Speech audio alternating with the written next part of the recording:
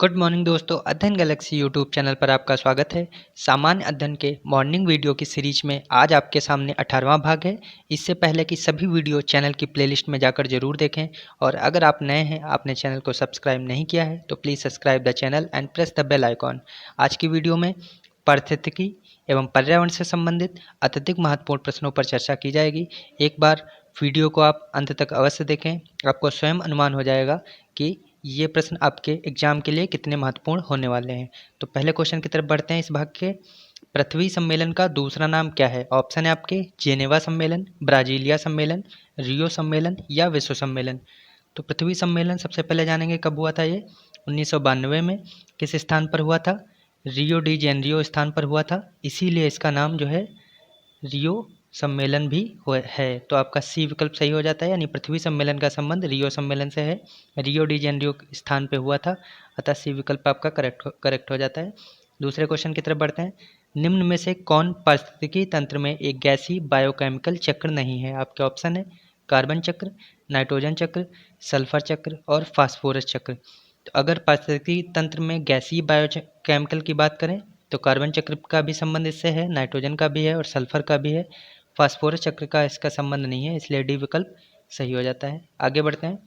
पारिस्थितिकी शब्द किस भाषा से लिया गया है? यूनानी, फ्रेंच, स्पेनिश या अंग्रेजी। तो ये शब्द यूनानी भाषा से लिया गया है, आपका ऑप्शन करेक्ट हो जाता है ए। आगे बढ़ते हैं। पारिस्थितिकी शब्द का प्रतिपादन किसने किया या किसने प्रतिपादित किया? आपके ऑप्शन है सलीम अली, सुनीता नारायण, अर्नेस्ट हैकेल या इनमें से कोई नहीं। तो इसका विकल्प सही हो जाता है अर्नेस्ट हैकेल। इन्होंने इकोलॉजी यानी पारिस्थितिकी शब्द का सर्वप्रथम प्रयोग किया। ये है क्या? इकोलॉजी क्या है? तो यह विज्ञान की वह शाखा है जिसके अंतर्गत सभी बायोटिक फैक्टर और एबायोटिक फैक्टर्स के मध्य एक अंतर संबंध का अध्ययन किया जाता है, उसे इकोलॉजी। और सर्वप्रथम इन्होंने कुछ इस तरीके से ये वर्ड प्रयोग में लाए थे और इसके बाद यह बाद में इकोलॉजी कहलाया जाने लगा। ये कब प्रयोग किया था? 1969 में, ये भी याद रखेंगे, 1969 में। तो सी विकल्प आपका सही हो जाता है। आगे बढ़ते हैं। केंद्रीय प्रदूषण नियंत्रण बोर्ड द्वारा आवासीय क्षेत्रों में अधिकतम ध्वनि सीमा कितनी हो सकती है? ऑप्शन है 50 डेसिबल, 55 डेसिबल, 60 डेसिबल या 65 डेसिबल। तो इस क्वेश्चन का राइट आंसर क्या हो जाएगा? 50 डेसिबल। केंद्रीय प्रदूषण नियंत्रण बोर्ड द्वारा आवासीय क्षेत्रों में अधिकतम ध्वनि 50 डेसिबल हो सकती है। अगले क्वेश्चन की तरफ मूव करते हैं। 6 क्वेश्चन है हमारा। भारत का पहला समुद्री जीव विविधता के लिए जैव विविधता के लिए राष्ट्रीय केंद्र यानी NCMB कहाँ है? आपके ऑप्शन है जामनगर, नई दिल्ली, मुंबई या गांधीनगर।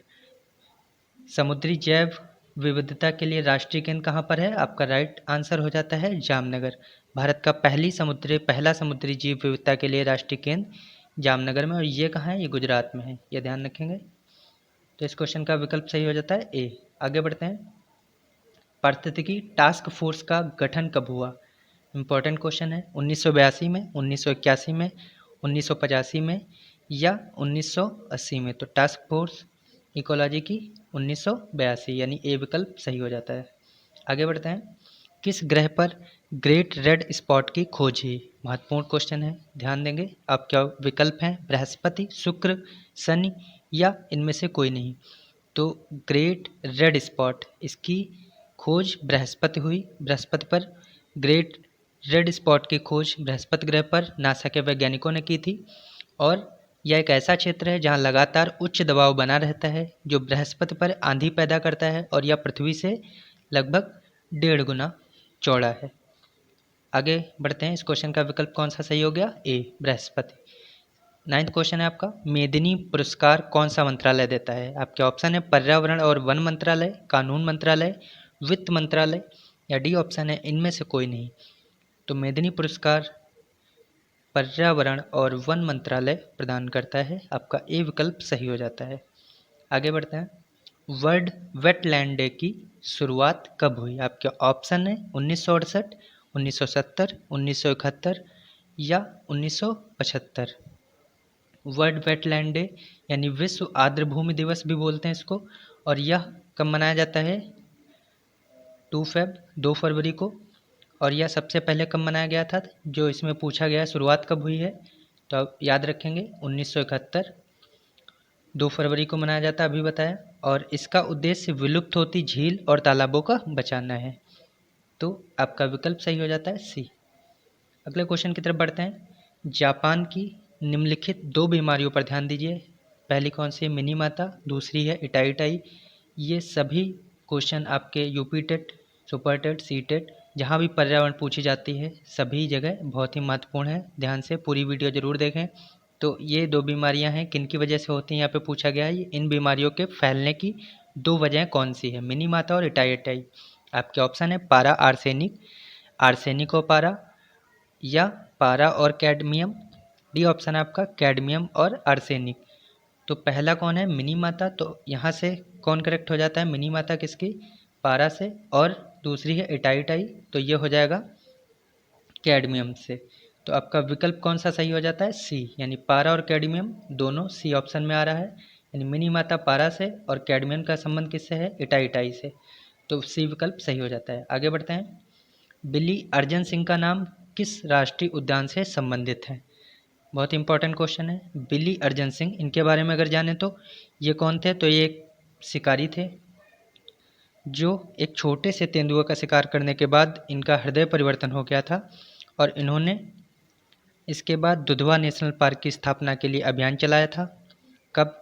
1976 और 1996 में, 1976 और 1996 में इन्होंने इनको WWF वर्ल्ड वाइड फंड द्वारा गोल्ड मेडल भी प्रोवाइड किया गया, इनको गोल्ड मेडल मिला।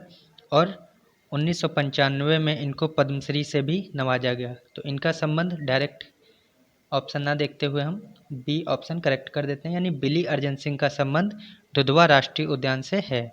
इनकी मृत्यु अभी जल्द ही में हुई है, 10 साल पहले, यानी 2010 में इनकी मृत्यु हुई है। तो ध्यान रखेंगे बिली अर्जन सिंह का संबंध किससे है? दुधवा राष्ट्रीय उद्यान से, दुधवा नेशनल पार्क से।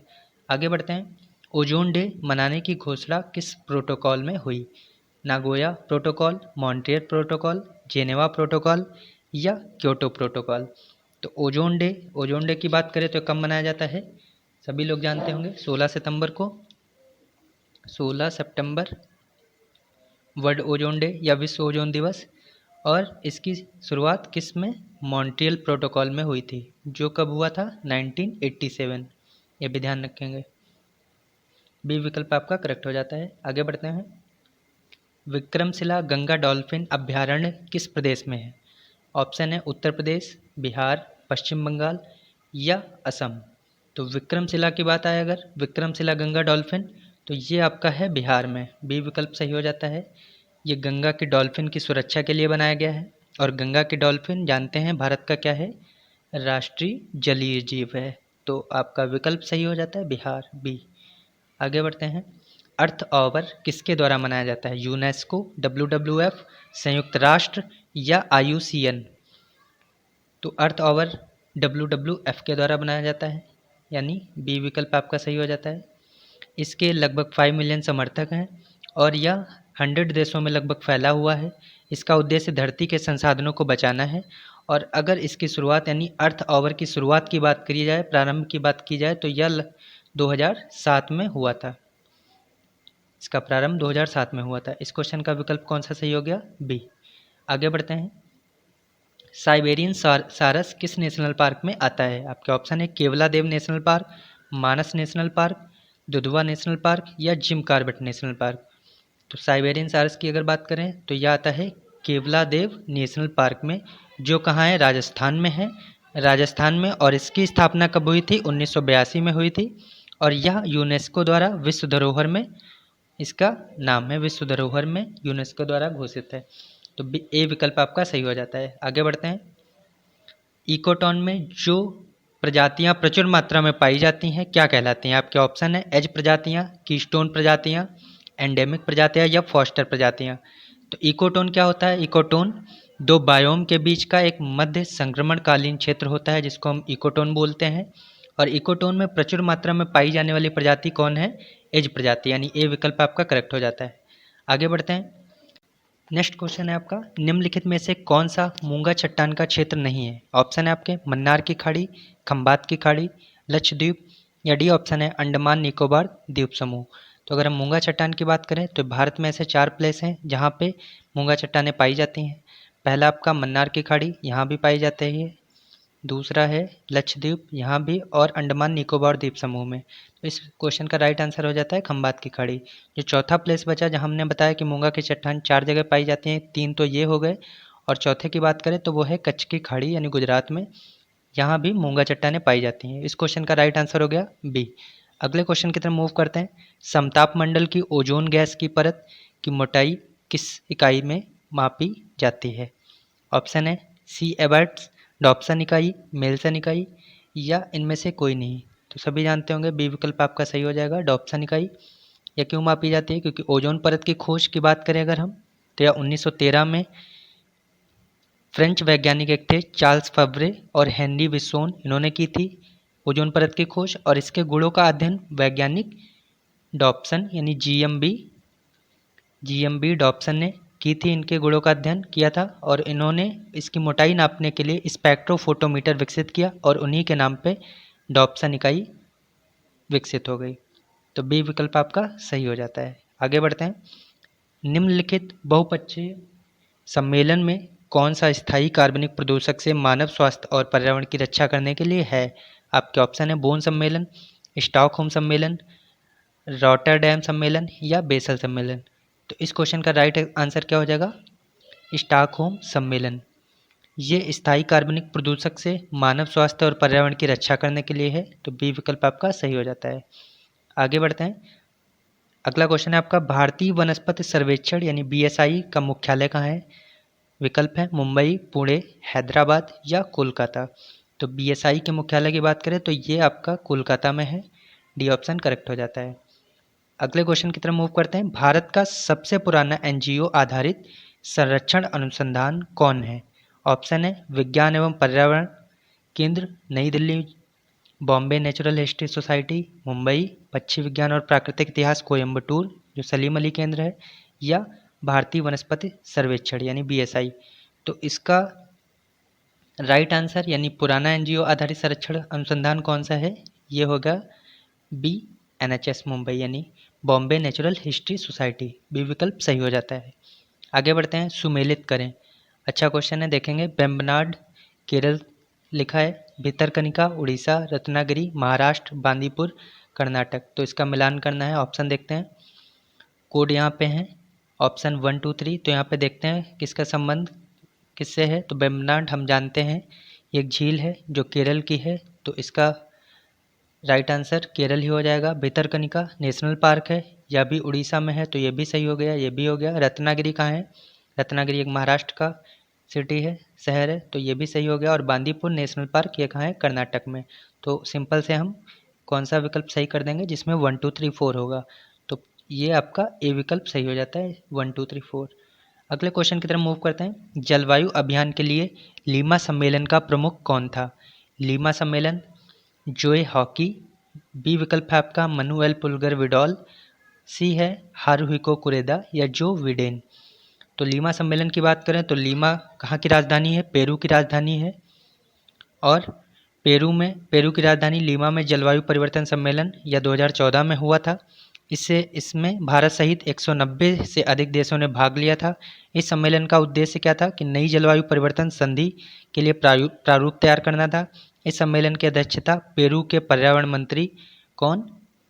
मनुएल पुलगर विडॉल यानी बी विकल्प सही हो गया, इन्होंने की थी। और भारत की तरफ से अगर नेतृत्व की बात करें तो वो थे प्रकाश जावड़ेकर जी। तो इस क्वेश्चन का राइट आंसर हो गया यानी लीमा सम्मेलन का संबंध इनसे हो गया, बी विकल्प से। आगे बढ़ते हैं। विश्व वानिकी दिवस कब मनाया जाता है? आपके ऑप्शन है 20 मार्च, 21 मार्च, 24 मार्च, या 1 अप्रैल। तो विश्व वानिकी दिवस या अंतर्राष्ट्रीय वन दिवस, तो इस क्वेश्चन का राइट आंसर हो जाएगा 21 मार्च। अगर हम 20 मार्च की बात करें तो वर्ल्ड हैप्पीनेस डे होता है। 24 मार्च की बात करें तो वर्ल्ड विश्व तपेदिक दिवस होता है। और 1 अप्रैल सभी जानते हैं मूर्ख दिवस, अप्रैल फूल डे। तो आपका इस क्वेश्चन का राइट आंसर क्या हो जाएगा? यानी विश्व वानिकी दिवस यानी अंतर्राष्ट्रीय वन दिवस 21 मार्च को, यानी बी ऑप्शन करेक्ट हो जाता है। आगे बढ़ते हैं। विशालकाय panda world wide fund for nature यानी WWF का आधिकारिक प्रतीक है। यह जानवर किस देश में पाया जाता है? इम्पोर्टेंट क्वेश्चन है। तो यह पांडा चीन में पाया जाता है। भारत, न्यूजीलैंड, दक्षिण कोरिया में नहीं। आपका विकल्प सही हो जाता है चीन। ए विकल्प करेक्ट हो जाता है। आगे बढ़ते हैं। पटना पक्षी अभ्यारण्य उत्तर प्रदेश में कहाँ पर स्थित है? गोंडा जिला, बी ऑप्शन है आपका बांदा और चित्रकूट जिला, सी है एटा जिला, या डी मैनपुरी जिला। तो इस क्वेश्चन का राइट आंसर क्या हो जाएगा? यानी पटना पक्षी अभ्यारण्य यह एटा जिला में है और यह उत्तर प्रदेश के एटा जिला में है। और इसकी स्थापना कब हुई? 1991 में हुई थी। यह प्रवासी और निवासी पक्षियों की कम से कम या मान सकते हैं 106 से अधिक प्रजातियां यहाँ पे स्पेसीज पक्षियों की पाई जाती हैं। आश्रय इनको मिलता है और इस क्वेश्चन का विकल्प सही हो जाता है सी। आगे बढ़ते हैं। 22 अप्रैल को मनाए जाने वाले पृथ्वी दिवस की शुरुआत कब से हुई? बहुत ही महत्वपूर्ण क्वेश्चन है। 22 अप्रैल को पृथ्वी दिवस मनाया जाता है। एक तो यहाँ से क्वेश्चन से ही क्वेश्चन तैयार हो गया। आपके ऑप्शन है कि ये शुरुआत कब से हुई। तो ऑप्शन देखते हैं 1960, 1965, 1970 या 1972। तो यह शुरुआत हुई थी 1970। और पृथ्वी दिवस ये जो स्टार्टिंग हुआ था इसका उद्देश्य यही था कि लोगों में पर्यावरण के प्रति संवेदनशील बनाया जाए, संवेदना बढ़ाई जाए। तो अगला क्वेश्चन है आपका, उत्तर प्रदेश के किस वन्यजीव अभ्यारण्य में राजधारी और देवदारी झरना स्थित है? ऑप्शन है बखिरा अभ्यारण्य, चंद्रप्रभा वन्यजीव अभ्यारण्य, हस्तिनापुर वन्यजीव अभ्यारण्य या कछुआ अभ्यारण्य। तो ध्यान देंगे कौन कौन? राजधारी और देवदारी झरना। इनकी बात करें तो ये कहाँ है? चंद्रप्रभा वन्यजीव अभ्यारण्य में है। और इसकी स्थापना कब हुई थी? 1957 में। और यह खूबसूरत पिकनिक स्पॉट है जो घने जंगलों और प्राकृतिक झरना जैसे राजधारी और देवधारी से घिरा हुआ है। इसे एशियाई शेरों के वास के रूप में भी जाना जाता है, इसलिए आपका बी विकल्प सही हो जाता है। आगे बढ़ते हैं। आपका अंतिम क्वेश्चन है, ग्रीन हाउस गैसें कौन कौन सी हैं? विकल्प हैं CO2, NO2, CH4 या उपरोक्त सभी। तीनों गैसें ग्रीन हाउस गैस हैं, इसलिए आपका विकल्प सही हो जाता है डी। इस क्वेश्चन का राइट आंसर हो गया डी, यानी green house gases carbon dioxide, nitrogen dioxide और मीथेन, ये तीनों हैं। तो ये थे आपके महत्वपूर्ण 30 प्रश्न। वीडियो को अधिक से अधिक शेयर करें और कमेंट में अपने सुझाव जरूर दें। धन्यवाद।